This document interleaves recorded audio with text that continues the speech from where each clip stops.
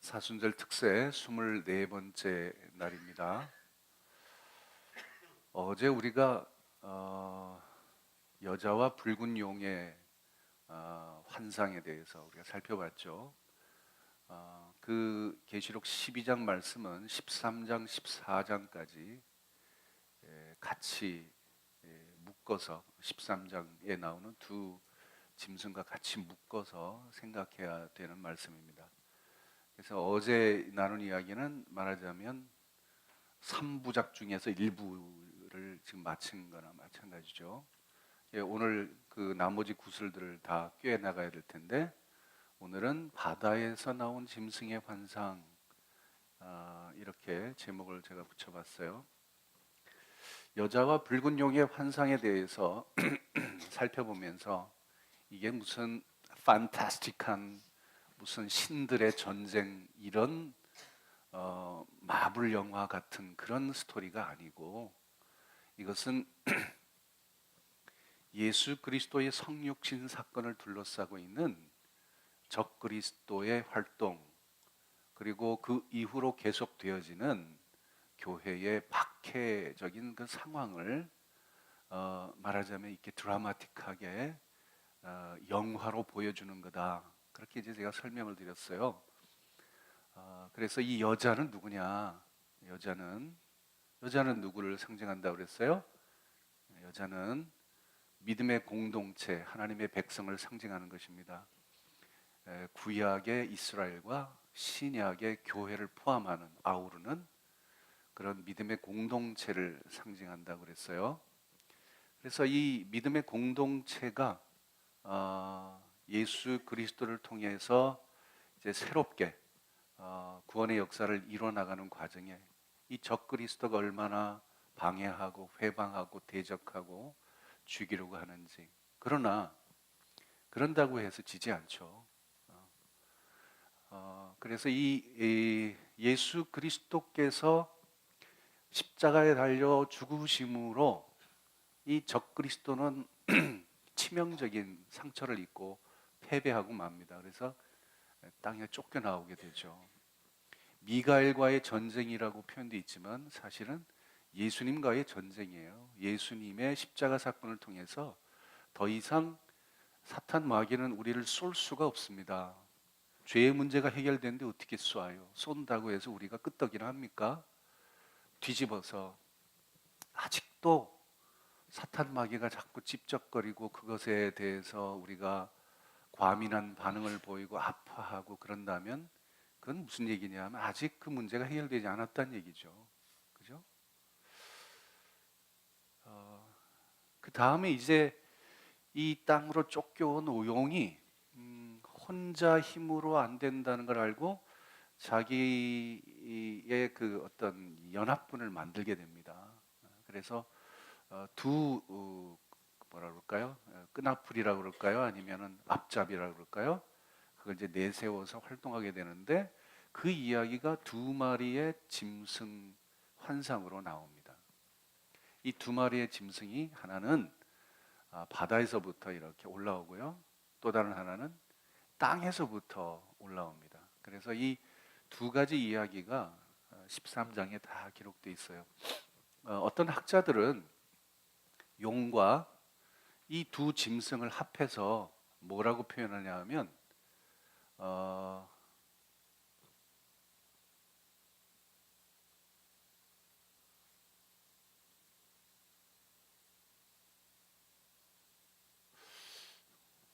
다음에 있나? 내가 지금 헷갈리네. 조금 이따 가봅시다.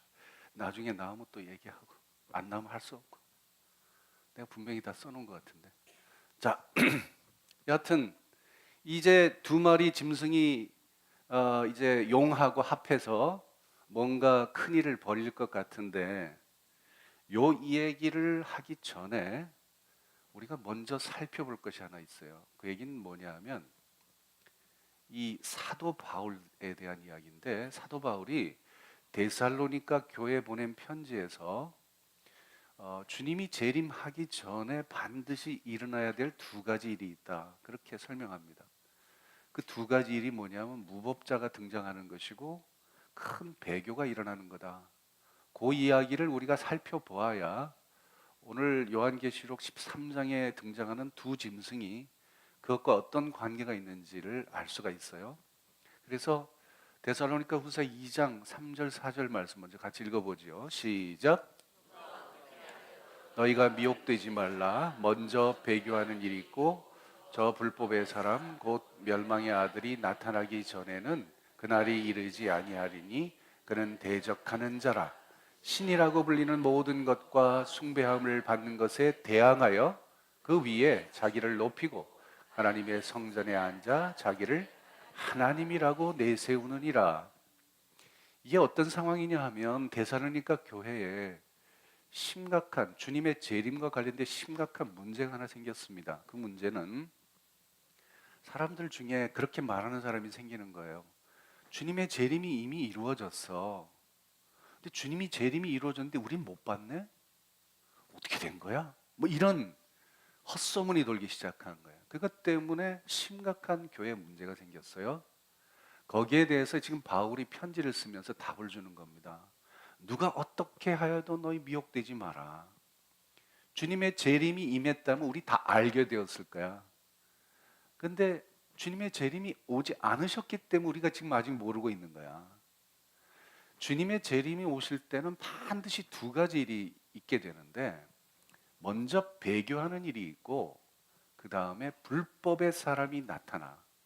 불법의 사람을 또 다른 말로는 멸망의 아들이라고 표현하는데 이 불법의 사람이 나타나기 전까지는 그 날 주님이 재림하신 날은 이루어지지 않아 하는 그런 이야기입니다. 이건 관심은 뭐냐면 그럼 주님의 재림이 언제 오실까? 그럼 그걸 추적하기 위해서 이 사람들이 어떤 사람들인지 이 일이 뭔지 이걸 찾아보는 게 아니라 주님의 재림이 임하기 전에는 반드시 그런 일들이 먼저 일어나야 주님이 재림이 오시는 거고 그 일이 아직 일어나지 않았으니 주님의 재림이 아직 안 오신 것이 확실해. 그러니까 너희들 염려하지 마라. 이제 이런 얘기죠. 근데 이 미혹의 불법의 사람 이 뭐냐 하면 대적하는 자래요. 대적하는 자 어디서 많이 들어보셨죠? 대적자 누굴 가리키는 말? 적그리스도 사탄을 가리키는 말이에요. 대적자가 나타나고 그리고 신이라고 불리는 모든 것, 숭배함을 받는 것, 모든 신들 위에 자기가 올라서는 거예요. 자기가 신이다, 진짜 하나님이다 라고 주장해서 사람들을 자기에게 경배하게 만들려고 한다는 거죠. 요게 누구냐 하면 불법의 사람이라고 표현된 요게 등장해서 하는 일이에요. 이걸 제가 메시지 성경 읽어보니까 이렇게 돼 있더라고요. 그날이 오기 전에 몇 가지 일어날 것입니다. 먼저 배교하는 일이 있을 것이고 그런 다음에 무법자가 등장하는데 무법자는 곧 사탄의 개입니다. 이 표현이 아주 재밌어요. 영어를 읽어보면 이렇게 돼 있어요.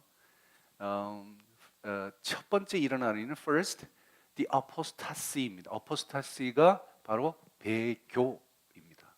배교하는 일이에요. 그 다음에 두 번째가 the debut of the anarchist입니다. 아나키스트가 등장하는 건데 데뷔하는 건데 이 아나키스트가 무법자라는 거죠. 그래서 이 우리말 성경과 이 공동번역 성경 같은 얘기입니다. 같은 얘기인데 아주 함축적으로 그 단어를 이 메시지 성경이 잘 표현하고 있어서 저는 이 메시지 성경의 표현을 따릅니다. 특히 영어식 표현을 따릅니다. 그래서 이 두 가지가 어떤 것인지를 좀 잘 이해할 필요가 있겠어요. 배교한다는 게 도대체 뭐냐? 헬라어로 배교를 아포스타시아 이렇게 표현하는데 아포스타시아는 두 말이 합성이 된 거입니다. 아포라는 말과 히스템이라는 말이 합성이 돼서 만들어진 건데 아포라는 말은 떠난다, leave, depart 이런 뜻입니다. 히스템이라는 말은 stand, 서 있다 그런 뜻이에요. 그러니까 서 있던 자리에서 떠나는 게 배교입니다. 본래 서 있던 자리에서 떠나는 게 배교입니다. 배신자는 누구죠? 나를 떠나는 놈이 배신자예요. 교회를 떠나는 사람들은 배교자가 되는 겁니다. 본래 있었던 자리는 우리 그리스도인으로서 정체성을 가진 자로서 본래 있던 자리는 어디예요? 그리스도 안에 서 있었잖아요. In Christ죠. 어디 서 있어요? 교회 안에 있었죠. In church죠. 두 가지입니다. In Christ, in church. 교회 안에 또 그리스도 안에 있던 우리가 그 자리에서 떠나 다른 데로 가, 이게 배교죠. 아주 개념이 간단하죠. 어? 오늘 정수가 안 보인다 어떻게? 그 다음에 불법이라고 번역된 불법의 사람 이렇게 불법의 아들 이렇게 번역될 때 이 불법이란 말이 헬라어로는 아노미아라는 말인데 이 말도 두 말이 합성된 거예요. 아라는 말은 부정접두어 아니다 그런 뜻입니다. 아가 아니다의 아자입니다. 그리고 노모스란 말이 무슨 율법 또는 규범 뭐 이런 뜻이 되는데요. law. 그래서 이게 영어로 번역되면 어떻게 되면 lawlessness. 법이 없다 이런 뜻이 돼 버립니다. 이걸 불법을 행한다고 그러기보다는 무법자다 이렇게 얘기하는 게 훨씬 좋을 것 같아요. 법이 없는 거예요. 여기서 말하는 법은 물론 이 말에서부터 이 아나키스트라는 말이 나온 거죠. 아나키스트가 무정부주의자 아닙니까? 원래는. 그러니까 법이 없는 거죠. 지 멋대로 살아가는 거죠. 근데 여기서 말하는 법은 세상의 어떤 규범이나 법을 얘기하는 것이 아니라 하나님의 말씀을 얘기하는 게 노모스라는 게 하나님의 말씀을 뜻하는 거예요. 하나님 말씀 없이 사는 거예요. 제 멋대로 사는 거예요. 그게 불법의 사람이다. 불법의 사람을 the anarchist라고 표현하는 것이 바로 그 뜻입니다. 무법자라는 뜻이죠. 근데 이 무법자는 단수형입니다. 단수형이에요. 복수가 아니에요. 단수로 돼 있어요. 아하, 내가 여기서 이야기를 하려고 하는 걸 앞에서 칼락 얘기하려고 그랬구나. 자, 무법자가 등장을 하고 큰 배교의 사건이 벌어져야 주님의 재림이 온다는 거예요. 주님의 재림 이전에 이 두 가지 사건이 반드시 있게 된다는 거예요. 그러니까 주님의 재림이 언제인지를 알려고 하지 말고 지금 그 일이 일어나고 있다는 현실을 잘 봐야 된다는 얘기입니다. 이게 바로 요한계시록 13장에 등장하는 두 짐승이 바로 이 The Anarchist란 말이에요. 그러니까 제가 이 설명을 드린 이유가 바로 이 요한계시록 13장을 설명하기 위해서요. 그러니까 사도 바울도 하나님으로부터 계시를 받은 사람이죠. 괜히 자기 생각 가지고 한 거 아니잖아요. 그러니까 사도 바울의 하나님이 사도 요한의 하나님이죠. 예? 그러니까 같은 하나님이 같은 계시를 주셨으면 뭐가 이렇게 상통하는 게 있어야 될 거 아니겠어요? 이겁니다. 요한계시록에 등장하는 13장에 등장하는 두 짐승이 바로 the anarchist다 이 말, 무법자다. 그런데 두 짐승인데 왜 단수냐? 제가 아까 그랬잖아요. 이걸 좀 설명을 드리려고 하는 거예요. 이제 바다에서 나온 짐승이 나오는데 보십시오. 같이 읽어볼까요? 시작. 한 짐승이 나오는데 별이 뿔이 어리어 머리가 일곱이라 그 뿔에는 열 왕관이 있고 그 머리는 신성모독이라는 이름들이 있더라. 내가 본 짐승은 표범과 비슷하고 그 발은 곰의 발 같고 그 입은 사자입 같은데 용이 자기의 능력과 보좌와 큰 권세를 그에게 주었더라. 우리말 성경에는 내가 보니 이렇게 시작이 됩니다만 영어 성경 대부분의 영어 성경 읽어보면 내가 보니 and I saw 보다 그 앞에 다른 말로 시작이 되고 있어요. And the dragon stood on the shore of the sea. 바다 해안에 그 용이 서 있었다. 이 말로 시작이. 근데 이 말은 우리말 성경에는 어디 있죠? 12장 제일 끝에 있는 말씀이에요. 그래서 이 12장 제일 끝에 있는 말씀을 13장의 앞부분에다가 영어 성경은 재배치를 해놨더라고요. 그러는 것이 더 리즈너블해요. 왜냐하면 지금 용이 바닷가에 서 있고 그 다음에 바다에서부터 뭔가 짐승이 나오고 육지에서 뭔가 짐승이 나와서 이 셋이 하나가 되는 이 장면을 얘기하려고 하는 거니까 그런 의미에서 봤을 때는 이렇게 재배치하는 것이 맞다 싶어요. 하여튼 내가 보니까 바다에서 한 짐승이 나옵니다.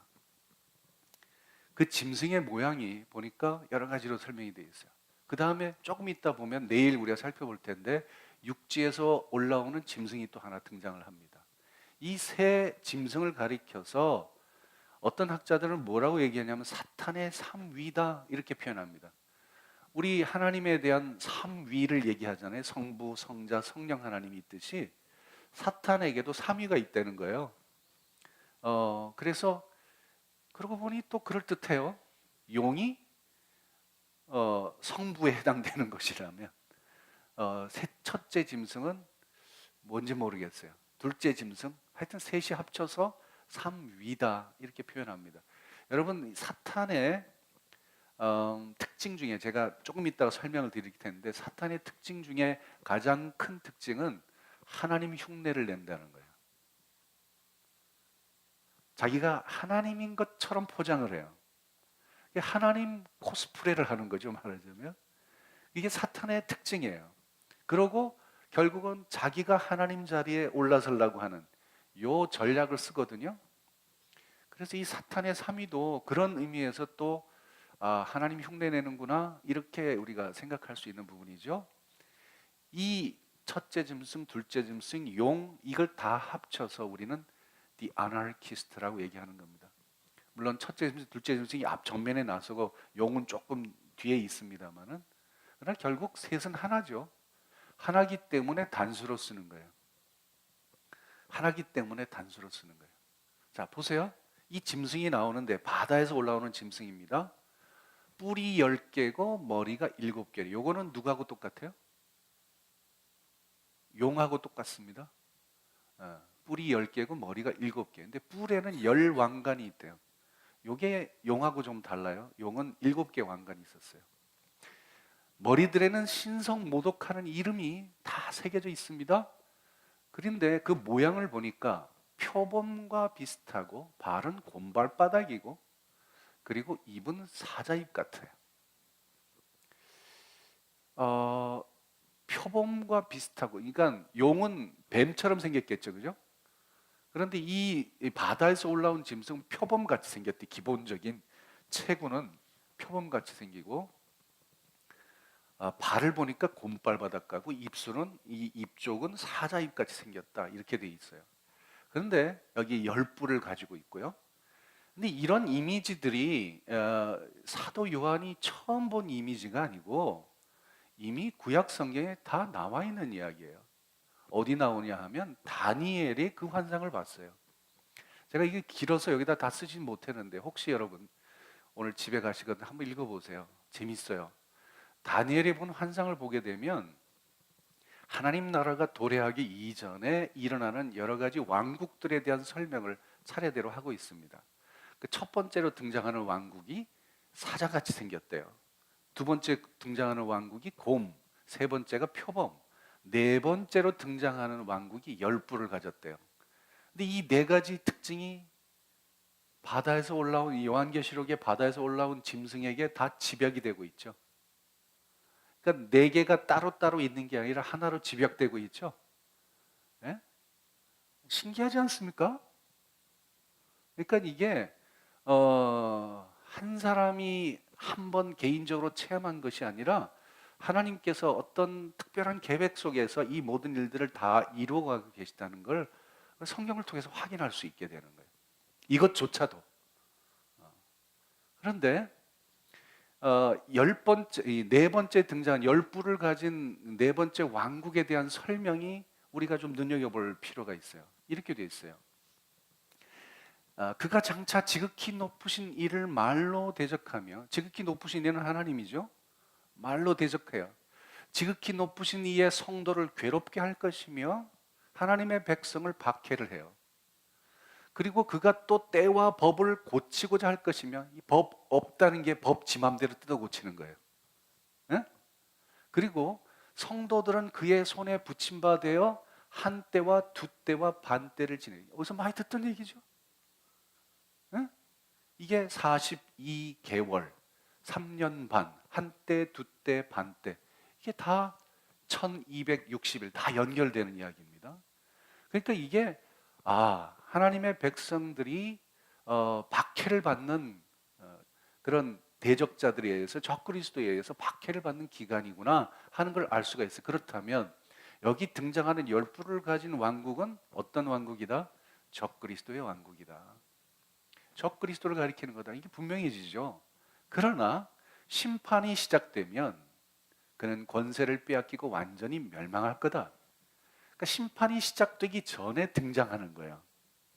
심판이 시작되는 게 언제? 예수님이 재림하셔서 이제 심판이 진행될 건데 그때 전에 이 왕국이 등장한다는 얘기예요. 오케이? 그러면 이 왕국이 어떤 성격인지 아시겠죠? 이게 바로 요한계시록 13장에 등장하는 이 바다에서 올라오는 짐승하고 딱 맞아뜨는 게 이미지가. 여러분 이게 하나도 재미가 없으신가? 이렇게 신기하게 좀 표정도 짓고 그러면 좋을 텐데 그게 안 나오네. 자, 하나님은 이미 오래전부터 역사의 종말을 준비하고 계시는 겁니다. 어느 날 갑자기 한 거 아니에요. 이미 오래전부터 그 프로세스와 과정과 절차와 일어날 일들에 대해서 전부 준비를 하고 계셨던 거예요. 다니엘에게 환상을 보여주셨고 그 환상들을 실제로 사도 요한이 다시 한번 확인해 주셨고 그러면서 그 일들이 실제로 이루어지고 있는 거죠. 자, 그런데 이 적그리스도, 이 특히 바다에서 올라온 이 짐승의 특징들이 있어요. 그 특징들을 우리가 살펴보면 이게 일반적인 적그리스도의 특징입니다. 사탄에게 다 해당되는 이야기인데 둘째 바다에서 올라온 짐승에게서만 특별히 우리가 여기 캐치할 수 있는 특징들이 있더라고요. 보니까 같이 읽어볼까요? 시작. 상하여 죽게 된 것 같더니 그 죽게 되었던 상처가 나음에 온 땅이 놀랍게 여겨 짐승을 따르고 용이 짐승에게 권세를 주므로 용에게 경배하며 짐승에게 경배하여 이르되 누가 이 짐승과 같으냐 누가 능히 이와 더불어 싸우리요 하더라. 또 짐승이 과장되고 신성모독을 말하는 입을 받고 또 42달 동안 일할 권세를 받으니라. 그 짐승이 머리가 7개가 있었다 그랬잖아요. 7개 중에 하나가 보니까 상하여 죽게 된 것 같더니 죽었어요. 근데 다시 그게 살아나요. 그래가지고 사람들이 그 이적을 보고 그 놀라운 기적을 보고 짐승을 다 쫓는 거예요. 이게 어디서 많이 듣던 얘기 같잖아요. 죽은 것 같았는데 뭐 이런 얘기 어디서 들었어요 이거? 요한계시록 5장에 나온 얘기. 어린 양이 등장하는데 어린 양이 일찍이 죽임을 당한 것 같더라. 그러니까 이게 무슨 얘기냐면 어린 양 코스프레를 하는 거예요 지금. 어린 양 흉내를 내는 거예요. 예수님 흉내 내는 거예요 지금. 죽은 것 같았는데 예수님은 죽으셨잖아요. 죽었다가 다시 살아나셨잖아요. 그것처럼 자기도 어떤 비슷한 이적을 보이는 거예요. 그러면 사람들이 놀래가지고 뭐 대단한 존재인 양 쫓아다니는 거죠. 이런 얘기입니다. 그 다음에 보면 누가 이 짐승 같으냐, 누가 능히 이와 더불어 싸우려 사람들이 막 찬양을 합니다. 누구에게? 짐승에게 찬양하는 거예요. 근데 이 찬양의 내용이 출애굽기에 나오는 모세의 노래를 말하자면 그걸 뭐라 그러죠? 개사를 한 거예요. 그 개사를 한 거예요. 그러니까 모세의 노래가 언제 등장하냐면 출애굽기 14장에 홍해 사건이 있습니다. 홍해 사건이 있고 난 다음에 15장에 홍해 사건을 경험하고 난 다음에 모세가 이제 찬양하는 내용이 나오는데 거기에서는 하나님을 찬양하죠. 누가 이와 같은 분이 있어요. 누가 여호와 같은 분이 계십니까? 이걸 여호와를 누구로 바꿔? 짐승으로 바꾸는 거예요. 이게 사탄이 하는 짓이에요. 그리고 입이 과장되고 신성모독을 말하면서 42달 동안 일할 권세를 42달이 아까 뭐죠? 한때, 두때, 반때, 그죠? 1260일. 이 다 연결되는 것이죠. 적그리스도는 어떤 특징을 가지고 있느냐 하면 어린 양을 모방해요. 자기가 어린 양이나 되는 것처럼 이야기해요. 그래서 여러분 우리나라에 그렇게 많은 재림 예수님이 등장하셨다는 거 아니에요. 그 중에서도 조금 어느 정도 교인들을 확보한 추종자들을 확보한 100명 이상씩 확보한 사람들만 따져서 한 40분쯤 되신다니까. 그러지 못한 사람들까지 포함하면 엄청난 숫자가 재림 예수라고 자칭 등장을 합니다. 자기가 어린 양이나 되는 것처럼 이야기하는 것이 바로 이 적그리스도 사탄이 하는 지식짓거리예요. 그리고 그렇게 하면서 하나님이 계셔야 될 자리를 자기가 차지하려고 그래요. 자기가 경배받으려고 그래요. 그 다음 특징이 또 나옵니다. 6절 같이 읽어볼까요? 시작. 짐승이 입을 벌려 하나님을 향하여 비방하되 그의 이름과 그의 장막 곧 하늘에 사는 자들을 비방하더라. 이 비방자, accuser, 참소자, 이게 사탄의 특징이죠. 사탄은 원래 그런 놈이에요. 계속 비방해요. 누구를 비방하는가 보세요. 하나님을 비방해요. 또 누구를 비방해요? 하나님의 이름을 비방해요. 또 누구를 비방해요? 하나님의 장막, 하늘에 사는 자들, 즉 천상의 존재들을 비방을 해요. 왜 그랬겠어요? 지가 쫓겨났으니까 그런 것이. 혹시라도 그런 경우는 없지만 우리 교회에서 누군가가 쫓겨났다 그러면 우리 교회를 엄청 욕하게 되겠죠. 에? 목사 욕하고 장로 욕하고 교인들 욕하고 그런 사랑이 없는 교회가 있냐고 뭐 이런 거 따지겠죠. 이 쫓겨난 사람들은 그렇게 비방하고 다녀요. 이게 사탄이 하는 일입니다. 적그리스도는 본래 참소자예요. 그래서 그 입에서 늘 누군가를 비방하는 말이 나와요. 여러분도 잘 좀 주의 깊게 들여다보셔야 돼요. 여러분 입에서 누군가를 비방하는 말이 자꾸 나온다 그러면 아직 내 속에 적그리스도 영이 들어가 있는 거예요. 그런데 누군가를 세워주고 누군가를 격려하고 누군가를 그 아픔을 마음 아파하고 기도하고 그런 말들이 나온다면 여러분은 하나님의 사람이에요. 잘 새겨 들으셔야 돼요. 우리 교회 성도님들이 모여서 함께 무슨 CM 모임을 하거나 선교회 모임을 하거나 아니면 가까운 사람끼리 만나서 커피 한 잔 마시면서 이야기할 때 그 대화의 주제를 보세요. 그 대화의 주제가 누군가를 비난하고 비방하고 헐뜯는 이야기라면 여러분은 크리스찬들이 아니에요. 예? 잘 새겨드리세요. 교회 안에 있다고 다 크리스찬은 아니에요. 예? 참소자들이 그 속에 들어가 있는 거죠. 그래서 이 적그리스도는 늘 하나님과 교회를 비방해요. 여러분 이단들, 우리나라에 얼마나 많은 이단들이 나왔습니까? 이단들의 특징이 있고 공통점이 있는데 그게 뭐냐면 기존의 교회를 비판하는, 아주 비난하고 악랄하게 비난하고 특히 목회자들을 얼마나 신랄하게 비난하는지 모릅니다. 여러분 잘 알고 계시겠습니다만은 이 신천지의 전략이 교회 안에 침투해 들어와서 자기 추종 세력들을 추수해 가는 거 아닙니까? 그렇게 할 때 교회를 흔들어 버리는 전략 중에 하나가 목사를 헐뜯는 이야기를 하는 거예요. 그래서 교인들에게서 마음을 빼앗아 버려요. 그렇게 넘어간 교회가 한두 교회가 아니라 그래요. 다 쉬쉬해서 지금 그러고 있지만. 그래서 여러분 하나님과 교회를 비방하는 것은 여러분 굉장히 조심하셔야 돼요. 물론 교회는 완전하지 않아요. 그래서 때로 세상 사람들이 볼 때도 욕먹을 짓을 해요. 저도 참 마음이 아파요. 그런데 욕먹을 짓을 하는 것에 대해서 우리가 건설적으로 비판할 수는 있어요. 그러면 안 된다. 그렇게 비판할 수 있어요. 그러나 악의적인 비난은 하고 건설적인 비판은 전혀 다른 거예요. 악의적인 비난은 교회를 무너뜨리려고 하는 것이고 건설적인 비판은 교회를 세우려고 하는 거예요. 누군가를 여러분 정말 비판하고 싶으시다면 여러분 사랑하기 때문에 비판하셔야 돼요. 그를 세워주기 위해서 내 가슴을 찢는 마음으로 정말 안타까운 마음으로 정말 조언을 해줘야 돼. 그리고 가르쳐 줘야 돼요. 그러나 그냥 뒤에서 헐뜯고 뒤에서 그냥 깎아내리고 이거는 여러분 사탄이나 하는 짓이에요. 그게 어떤 교회 보면은 기존의 기성교회들 향해서 아주 그냥 대놓고 신랄하게 비판하는 그 목사가 하나 있었어요. 저 강남에 어디에. 그러니까 사람들이 거기다 막 모이는 거예요. 왜?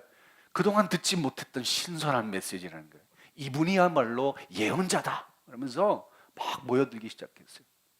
그런데 나중에 보니까 그게 이단으로 가더라고요. 무슨 얘기인지 잘 알아들으셔야 돼요. 교회를 비판해야 됩니다. 잘못한 것에 대해서는. 그러나 악의적인 비난은 사탄이 하는 짓이에요. 저는 우리 교회가 완벽하다고 얘기 안 합니다.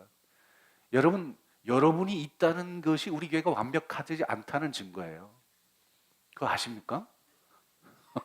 제가 여러분을 깎아내리려고 하는 게 아니라 우리는 완벽하지 않은 존재인데 목사부터 시작해서 다 똑같죠. 우리 교회 만들었으니 뭐 그렇죠. 내가 있다는 게 우리 교회가 완벽하지 않은 증거예요. 그러나 교회는 주님께서 피를 흘리시고 값을 치르셔서 사신 교회예요. 세우신 교회, 우리 교회. 불완전하지만 하나님이 역사하고 계시는 교회. 그렇다면 우리가 교회를 사랑하는 마음으로 어떻게 이 교회를 같이 세워나갈까? 같이 아파하고 같이 걱정하고 같이 세워주고, 이게 교회죠. 그냥 깎아내리고 허물어뜨리려고 그러고 무너뜨리려고 하고, 이거는 사탄이 하는 일이에요. 그거 제가 여기서 시간을 이렇게 쓸 필요가 없는데 왜 오늘따라 이렇게 여기에 힘을 쓰는지 모르겠네. 그 다음 이야기가 사실은 중요해요. 성도가 패배한대요. 이 바다에서 올라온 짐승한테 패배한다는 얘기예요. 같이 읽어볼까요? 시작. 또 권세를 받아 성도들과 싸워 이기게 되고 각 족속과 백성과 방언과 나라를 다스리는 권세를 받으니 죽임을 당한 어린 양의 생명책에 창세 이후로 이들이 이름이 거듭되지 못하고 이 땅에 사는 자들은 다 그 짐승에게 경배하리라. 이 짐승이 권세를 받았대요. 누구한테 권세를 받았겠어요? 용에게 받았죠. 사탄의 그 아버지의 그 자식인 거죠. 아까 사탄의 삼위라고 설명드렸는데 다 똑같아요. 그런데 사탄의 권세를 받아서 성도들과 싸워 이기게 됐대요. 그런데 그 사탄은 누구한테 지고 왔어요? 지금? 하늘에서 지고 온 거예요. 발 붙일 데가 없어서 지금 땅으로 쫓겨 내려온 거예요. 그런데 여기서는 사탄의 권세를 받은 대리인인 용의 대리인은 이 짐승이 성도들과 싸워 이긴다는 거 아니에요. 이걸 어떻게 우리가 이해를 해야 되죠? 도대체 성도들과 싸워 이긴다, 성도들이 패배한다, 이건 무슨 뜻일까? 박해를 당해서 순교를 당하고 죽임을 당하고 고생을 하고 이런 걸 의미하는 것일까? 아닐 겁니다. 왜냐하면 죽음으로 믿음을 지키다가 죽는 것은 승리하는 것이니까. 예수 그리스도가 그렇게 승리하셨잖아요. 십자가에 달려 돌아가셨지만 이기셨잖아요. 그걸로 사탄의 그 권세를 물리쳐 이기셨죠. 그래서 더 이상 사탄이 우리에게 왕노릇 못하게 만드셨지 않습니까? 그러니까 순교는 패배가 아니라 승리인 것이 틀림없는 일입니다. 그러면 졌다는 게 뭘 의미하는 거예요? 그러면 영적인 싸움에서 패배라고 하는 것은 적그리스도와 타협하는 거예요. 그리고 적그리스도에게 굴복하는 거예요. 그게 지는 겁니다. 성도들이 이 적그리스도 이 짐승하고의 싸움에서 졌어요. 이 얘기는 뭐냐면 그들과 타협하기 시작했고 그들 앞에 굴복하기 시작했고 그들 앞에 경배하기 시작했다는 얘기예요. 이게 상징적인 의미가 많이 있습니다. 그 다음에 보면 어린 양의 생명책에 창세 이후로 이름이 기록되지 못하고 이 땅에 사는 자들은 다 금 짐승에게 경배하게 된다고 그랬어요. 이건 당연한 얘기입니다. 어린 양의 생명책에 이름이 기록되지 않은 사람은 어린 양과 상관없는 사람이고 교회 안 다니는 사람이고 신앙생활 안 하는 사람인데 그들이 짐승에게 경배하는 건 자연스러운 일이죠. 당연한 일이죠. 그렇게 돼 가는 거예요. 여러분 교회 안 다니면 중간지대에 남아있을 거라고 생각하지 마세요. 세상에 중간지대는 없어요. 하나님 편이건 아니면 적그리스도 편이건 둘 중에 하나지 중간지대는 없습니다. 많은 분들이 착각을 해요. 나는 그래도 나름대로 잘 살아요. 정직하게 살아요. 단지 교회만 안 다닐 뿐이에요. 천만의 말씀이에요. 알게 모르게 적그리스도의 종로를 타고 있는 거예요. 거기 앞에 경배하고 있는 거예요. 돈이 우상이 되고 있고요. 그 앞에 절하고 있는 거예요. 그런데 이 성도들의 패배라고 하는 관점에서 봤을 때 이 말씀이 새롭게 다가오는 거예요. 어린 양의 생명책의 이름이 기록되지 않은 사람들은 당연하게 짐승에게 경배하는 게 맞는데, 그러면 성도들이 그 싸움에서 진 거는 뭐냐 그러면, 어린 양의 이름, 생명책에 이름이 기록되어 있는 사람이 성도들인데 졌다는 건 도대체 뭐냐 그러면, 무슨 얘기야 그러면? 이름이 지워진 거죠. 이름이 지워진 얘기 어디서 했죠? 사대교회 했잖아요. 사대교회 주님이 약속하시기를, 사대는 죽은 교회라고 조금 걱정을 들은 교회이긴 한데, 여튼 믿음을 지키고 흰옷 입은 사람들 이야기하는 겁니다. 흰옷 입은 사람들은 결코 내가 그 이름을 생명책에서 지우지 않겠대요. 그리고 하나님 아버지 앞에서 그의 이름을 내가 시인하겠다 그럽니다. 이 말을 뒤집으면 생명책에 이름이 기록되었다가 지워지는 사람도 있다는 얘기예요. 지워진 사람은 어떤 사람?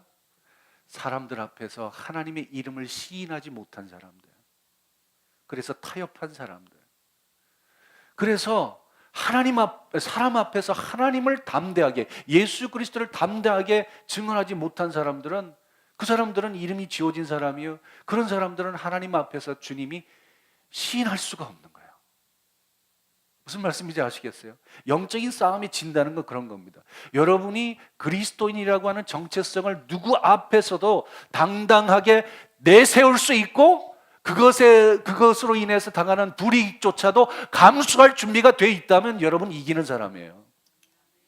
그런데 그게 불이익이 두려워가지고 무서워서, 사람들이 나한테 뭐라고 생각할까, 그게 두려워가지고 예수라는 옛자도 꺼내지 않고 마치 교회 안 다니는 사람처럼 그렇게 살고 있다면 우리는 적그리스도한테 지고 있는 거란 말이에요. 그런 사람들 이름을 하나님께서 계속 가지고 계시겠냐 이 얘기예요. 생명책의 이름이 그 지워진 거라는 얘기예요. 물론 주일날은 교회 다니겠죠. 교회에서 봉사도 하겠죠. 그럼 내가 사는 삶의 자리에서 내가 그리스도인지 몰라요. 사람들이 별로 알리고 싶지도 않아요. 이렇게 타협해 가는 거예요. 이게 지는 겁니다. 그 심각성을 여러분 아셔야 돼요. 영적인 싸움에 지기 시작하면 결국은 배교하게 돼요. 여러분이 있어야 될 자리에 있지 못하고 결국 떠나게 됩니다. 우리가 있어야 될 곳은 어디라고? In Christ, 주 안에 있어야 되고, in church, 교회 안에 있어야 되는데 거기서 떠나게 돼요. 그게 배교예요. 시간 문제일 뿐이에요. 제일 마지막 결론 말씀입니다. 같이 읽어볼까요? 시작. 누구든지 귀가 있거든 들을지어다. 사로잡힐 자는 사로잡혀갈 것이요 칼에 죽을 자는 마땅히 칼에 죽을 것이니 성도들의 인내와 믿음이 여기에 있느니라. 비장한, 아주 뭐랄까요, 이게 비장한 말씀이에요. 비장한 말씀. 사로잡힐 자는 사로잡혀간대. 칼에 죽을 사람들은 칼에 죽는데, 그러면서도 성도들은 있는다는 거예요. 여기 그게 성도의 인내와 믿음이다. 여러분, 이런 사람들 누가 당해요? 이게 진짜 크리스천이죠. 이걸 메시지 성경 영어로 읽어보면 이렇게 되어 있더라고요. God's holy people passionately and faithfully stand their ground, 이렇게 되어 있어요. 하나님의 거룩한 백성은 passionately, 아주 열정적으로, and faithfully, 아주 신실하게 stand their ground, 그들의 땅, 그들이 있어야 할 곳에 stand, 서 있다는 얘기야. 그런데 이 passionately라는 말에서 이 passion이란 말이 무슨 뜻인가 하면, 이게 물론 열정이란 뜻도 있지만 거기엔 고통이란 뜻이 있어요. Passion of Christ 영화 보셨죠? 그 패션이 바로 그런 고통이란 뜻이에요. suffering이란 뜻이에요. 그러니까 열정적으로 있다는 것은 내가 주님을 향한 그 믿음을 지키기 위해서 어떤 고통도 내가 감수해낸다는 게 그게 열정이에요. 그게 열정. 무슨 봉사를 열심히 한다, 그 열정이 아니에요. 내가 가지고 있는 열정은 주님의 이름을 위해서라면 내가 어떤 순환과 어떤 고난과 어떤 고통이랄지라도 어떤 불이일지라도 내가 감수하겠다. 이게 열정이에요. 이게 열정. 그 열정이 있고 faithfully, 이게 믿음이라고 표현하고 있는 건데, 이게 신실하다는 거, 이게 다른 말로 충성스럽다 이 얘기예요. 충성스럽다. 충성이 뭔가요, 여러분? 충성은 내가 있어야 할 자리에 끝까지 있는 게 충성이에요. 끝까지 있는 게. 내가 필요할 때만 있고, 또 배부르고 등 따시고 그러면 또 다른 데 가고, 이게 아니고 어떤 상황에서도 그 자리에 있는 거예요. 그게 충성이에요.